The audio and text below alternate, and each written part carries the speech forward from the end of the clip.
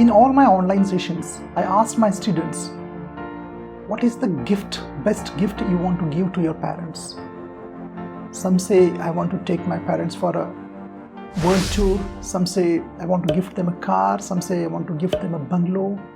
And it goes on and on. And then I say, well, this is not the best gift.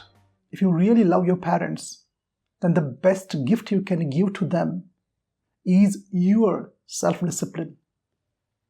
Yes, it's your self-discipline.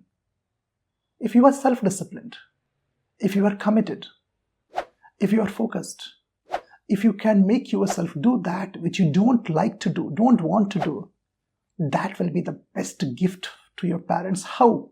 Because when you are disciplined, friends, when you are disciplined, you work out, you take care of your health, and you don't need to go to a hospital. You don't need to trouble your parents. I know how it feels when you are in the ICU and your parents are sitting in the waiting room. It's very painful.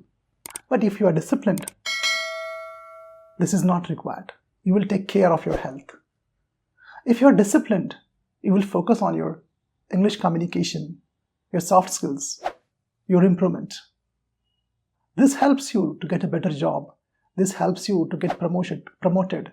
This helps you to get respect. This helps you a better package. This helps you to become a better leader, better communicator. And this helps your family indirectly. When you are disciplined, friends, when you are disciplined, you don't waste your money. You invest your money.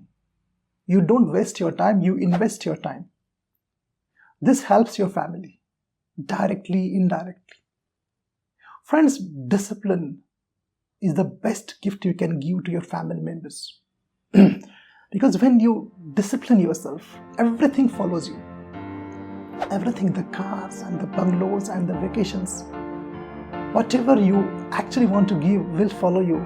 But the basic requirement is you must be disciplined first. If you are not disciplined, nothing will happen. So when you are disciplined, dear friends, everything follows you. And that will be the best gift for your parents. Thank you.